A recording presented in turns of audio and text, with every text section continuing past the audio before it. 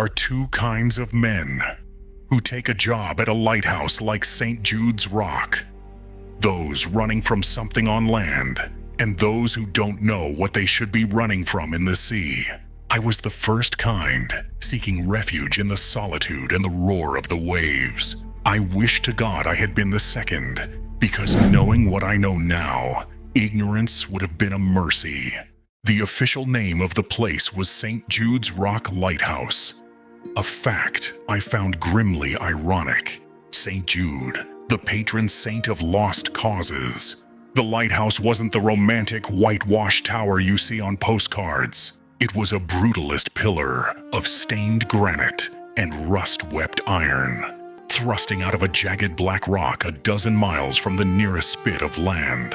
It didn't look like a beacon. It looked like a prison.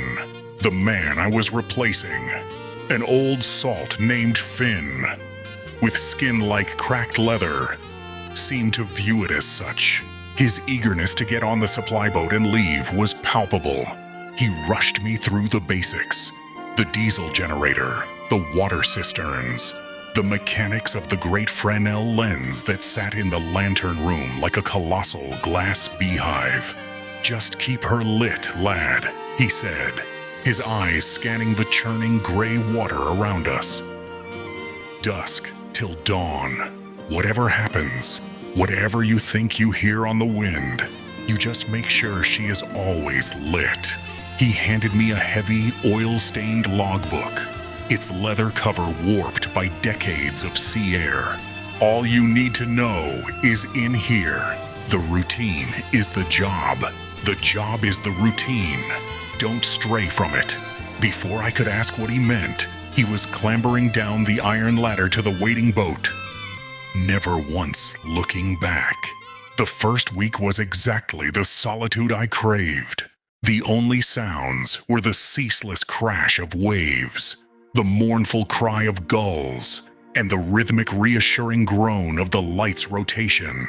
My past, the life I'd fled, began to feel distant, its sharp edges smoothed by the relentless sea.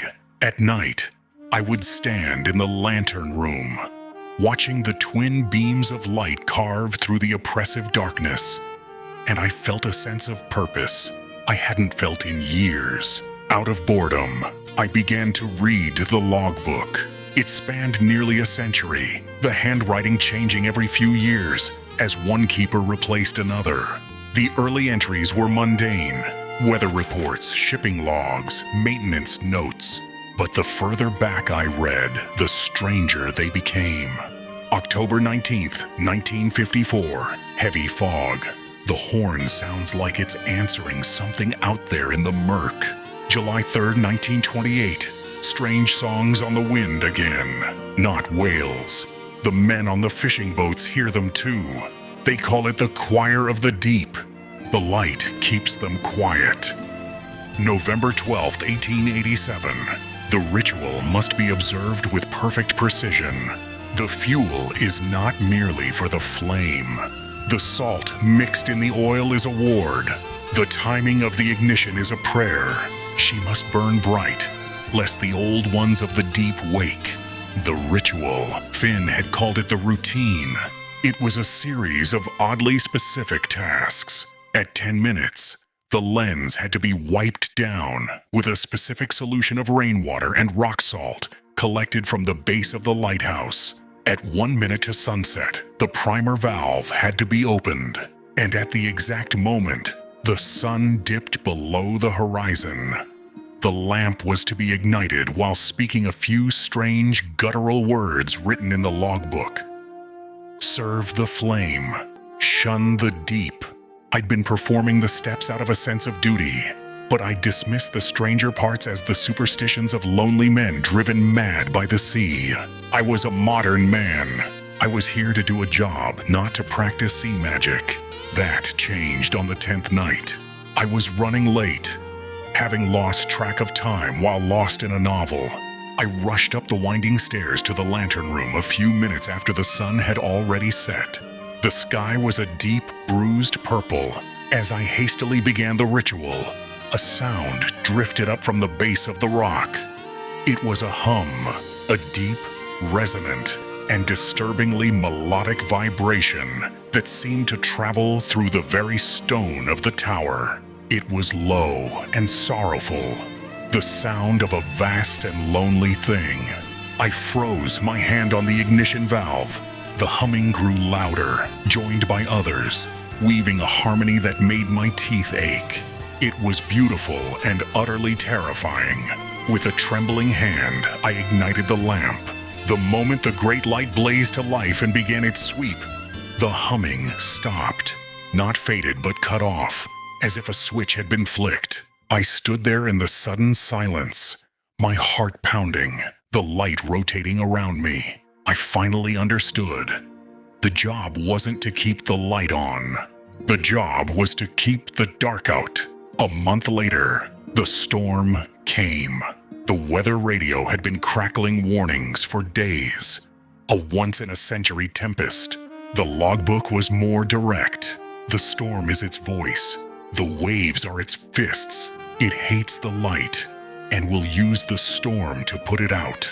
The storm hit St. Jude's with a biblical fury. The wind shrieked, no longer sounding like air, but like a chorus of agonized voices. Waves, monstrous and black, hammered against the tower, and the entire structure groaned under the assault. I was in the lantern room, the light a desperate beacon in a world of chaos, when I saw it. A wave, larger than the others, a moving mountain of water rising from the sea. It struck the lantern room with the force of an explosion. The thick reinforced glass shattered and a torrent of freezing seawater flooded the room, dousing the great lamp. The light was gone. For a moment, there was only the roar of the storm, and in the sudden relative quiet, I heard it, the humming. It was back, but it wasn't coming from the base of the rock anymore. It was coming from all around, and it was getting closer. It was joined by a new sound, a wet, sickening scraping noise. The sound of slick skin on wet stone, dozens of them. They were climbing. Panic seized me. My mind raced, clawing for a solution. The logbook, the emergency protocol. I scrambled down the stairs, seawater pouring down the walls, and found the book. Finn's last entry, written in a shaky, desperate scrawl. If the light fails, make your own. They fear any light. Hold them back until dawn. I grabbed it and scrambled back up to the shattered lantern room. The scraping sounds were louder now, just below the walkway. I loaded a flare, my hands numb with cold and terror, and pointed it out at the broken window. I pulled the trigger. The world erupted in a brilliant blood-red magnesium glare. For 3 horrifying seconds, the scene below was illuminated. They were there. Clinging to the side of the tower were dozens of things that were once, maybe vaguely human. Their bodies were long, pale, and slick. Their limbs unnaturally jointed. They had no eyes, no features on their smooth, bald heads, only round, dark mouths that were open in a silent, collective hum. As the flare lit the sky, they all turned their featureless faces towards me. Recoiling from the light, their scraping ascent momentarily halted. The flare died, plunging me back into darkness. The scraping resumed, more frantic this time. I spent the rest of the night in a desperate, repeating cycle of terror. Load, fire, and in the brief, hellish red light, watch the creatures of the deep writhe and retreat, only for them to begin their climb again as darkness returned. I don't know how many flares I fired, but as I loaded the second to last one, I saw the first hint of gray on the horizon. Dawn, I fired the flare. As its light illuminated them one last time, the creatures let out a unified, frustrated wail, a sound that would be forever burned into my memory. They released their grip on the tower and slid one by one back into the violent, churning sea. As the sun finally broke the horizon, the storm began to subside with an unnatural speed. I survived. I am still here. The supply boat came and went, and I told them I was staying. They thought I was mad. I am. But I have a new purpose.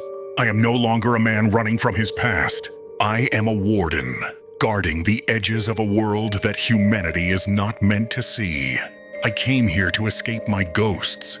I didn't realize I was signing up to guard against something far, far older. Every evening, as the sun begins to set, I perform the ritual with the focus of a priest, not for the ships that might pass in the night, but for the shores of the entire world. Not to guide men home, but to keep the sea's true inhabitants from finding theirs. If this story made you grateful for solid ground, let me know in the comments. What do you think would have happened if he ran out of flares?